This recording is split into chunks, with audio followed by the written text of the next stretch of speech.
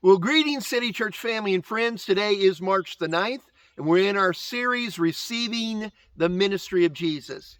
Today, we're looking at a story in the life of Jesus in Luke chapter 18, where Jesus predicts his death, burial, and resurrection.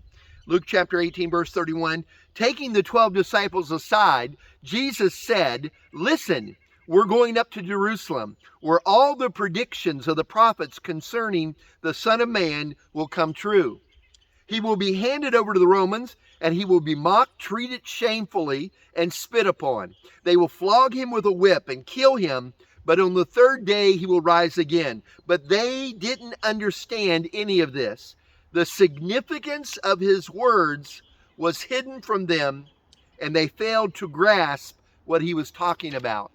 And so, as the disciples are hearing this prediction, if you would, this prophecy that Jesus is saying about himself, saying, "I'm going to go to Jerusalem. All the prophets, all their words are going to be fulfilled there with the Son of Man. He's going to die. He's going to be beaten. He's going to suffer.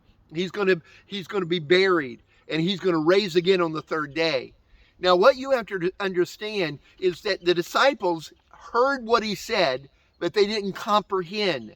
They didn't comprehend or have the understanding.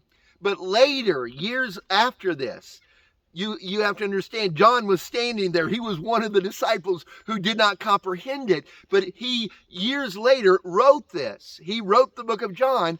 And at that time, he had complete understanding and complete revelation of what Jesus was saying.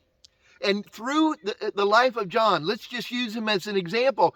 He suffered. He was beaten. They tried to kill him. And he was put, an outcast on the Isle of Patmos. But what you have to understand is that he remembered what Jesus said.